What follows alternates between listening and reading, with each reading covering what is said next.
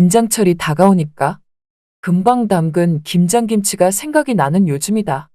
그런 생각들을 하며 저녁에 집에 혼자 있는데 오후 6시쯤에 아내에게서 전화가 온다.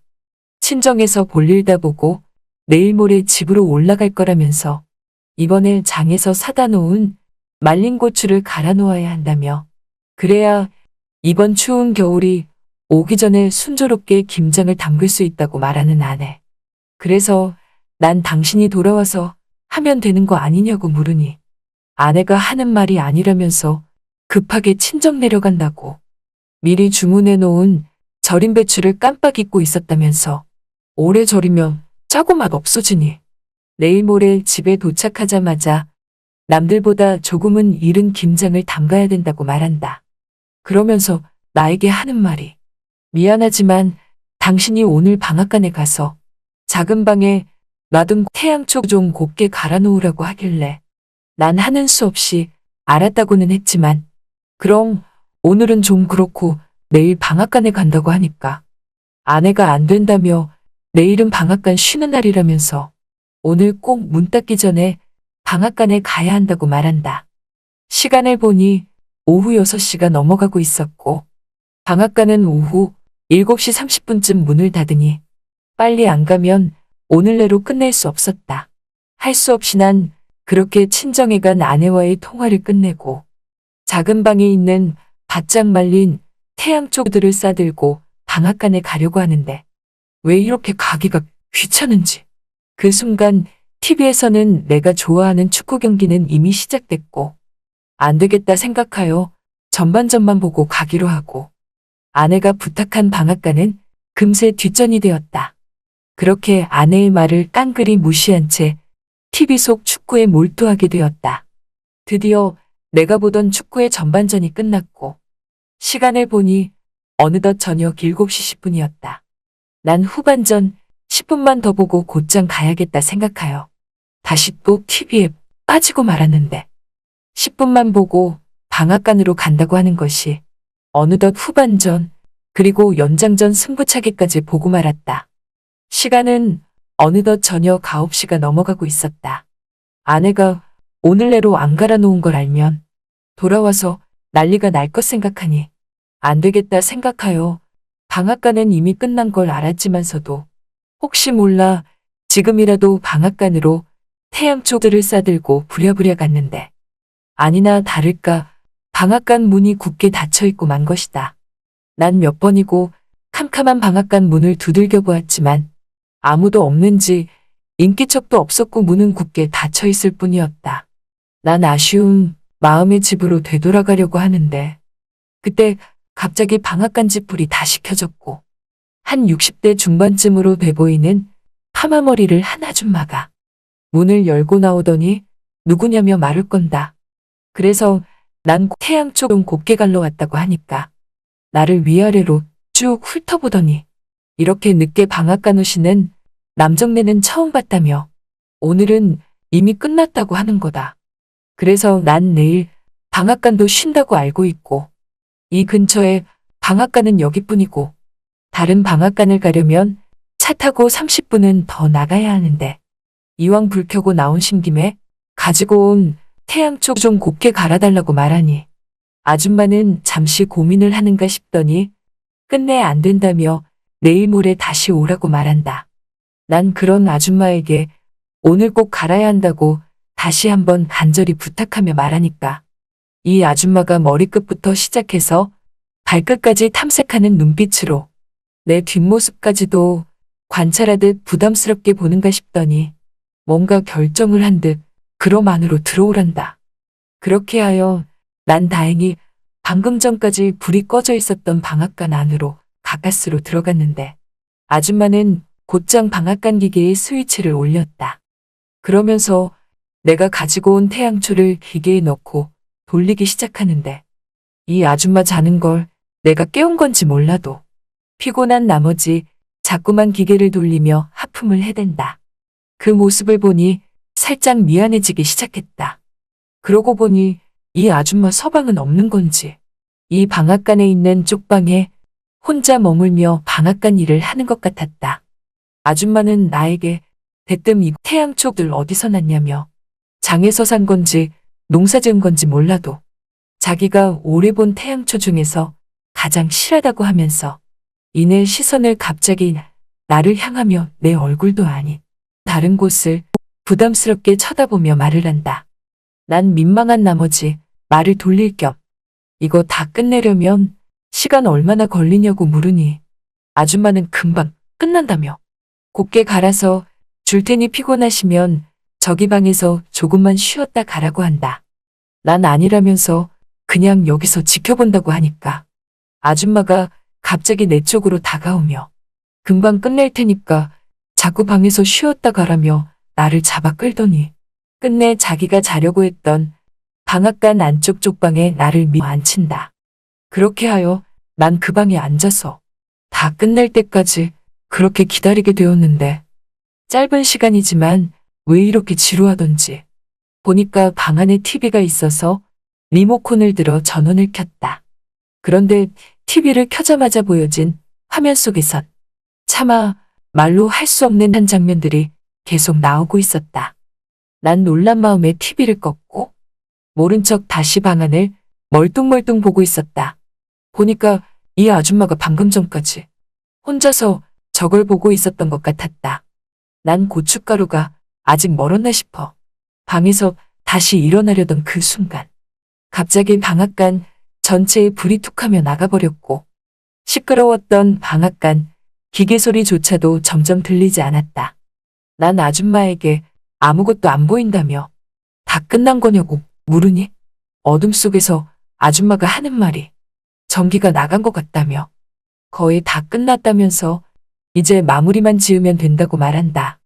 그리고 이내 곧바로 들리는 생뚱맞은 샷다 내리는 소리.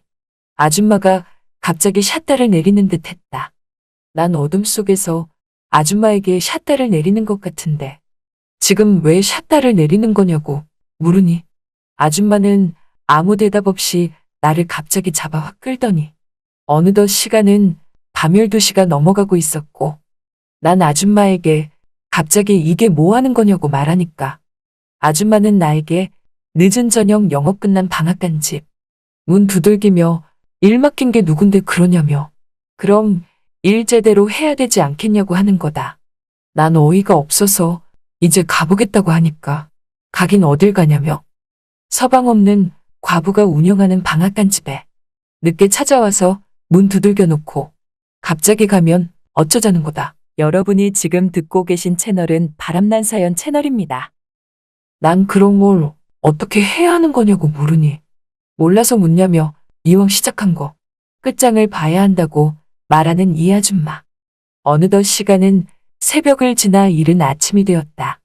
시간도 많이 늦었고 이젠 정말 되돌아가야 할 것 같아. 이제 가본다고 하니까 아줌마가 하는 말이 갈 때 가시더라도 어제 맡겨다 놓은 고춧가루는 마무리는 짓고 가져가야 되지 않겠냐며 자신은 오늘 가게 문을 닫는 날이지만 조금만 기다리라면서 마무리해서 준다고 한다. 그리하여 방앗간 집 샷다를 내린 상태에서 방앗간 아줌마는 기계 스위치를 올려마저 갈아서 줬다. 난 그렇게 곱게 갈은 고춧가루를 들고 이제 가보겠다고 말하니 잘 가시라며 또 보자고 말을 한다. 난 가면서 속으로 또 보긴 뭘 또 보자는 건지 이 방앗간 다시 올 일이 없을 텐데라고 난 속으로 생각했다. 그리고 다음 날이 되어서 아내는 친정에서 돌아왔고 내가 갈아놓은 고춧가루로 김장을 바로 담갔다.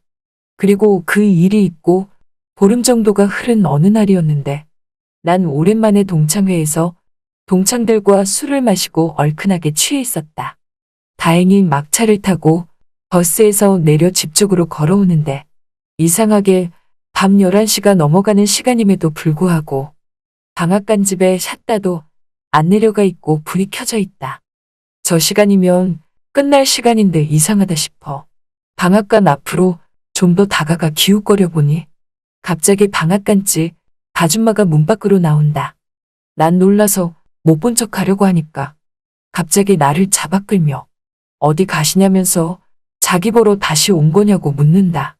그래서 난 그게 아니라 집에 가는 길에 불이 켜져 있길래 잠시 들여다 본 거라고 말하니 방앗간 아줌마는 이왕 왔으니 시원한 식혜라도 한 잔 마시고 가라고 한다. 그리하여 난 못 이기는 척 방앗간 안으로 들어가 방앗간 안에 있는 쪽방에 앉았다. 아줌마는 작은 냉장고에서 식혜를 가져와서 따라주며 나에게 대뜸 술 마셨냐고 물어본다. 그래서 오늘 오랜만에 동창들 만나서 한잔했다고 말하니까 잘 됐다며 맨정신에는 다시 오기 힘드셨을 텐데 오늘 약주도 드셨겠다. 저번처럼 의미 있게 보내자는 말에 그만. 난 다시 방앗간에서 시간을 보내고 말았다. 시간을 보니 너무 늦은 나머지 아내가 의심할 것 같은 생각에 난 방앗간 아줌마에게 이제 가봐야겠다고 말하니 방앗간 아줌마가 내게 하는 말이 정말 이제는 안녕이라면서 다음에 오면 자길 못 만난다고 말한다. 그래서 그게 다 무슨 소리냐고 물으니까 그러지 않아도 이사를 간다고 하면서 내일 이사 갈 거 이것저것 정리하느라 어제는 늦은 밤까지 방앗간에 불을 켜놓은 거라 말한다. 난 그 말을 듣고 그렇게 그 방앗간을 나섰고 혹시나 하는 마음에 다음날 저녁에 그 방앗간 앞을 지나가 보니 역시나 그 아줌마는 갑작스레 이사를 간 듯 싶었다.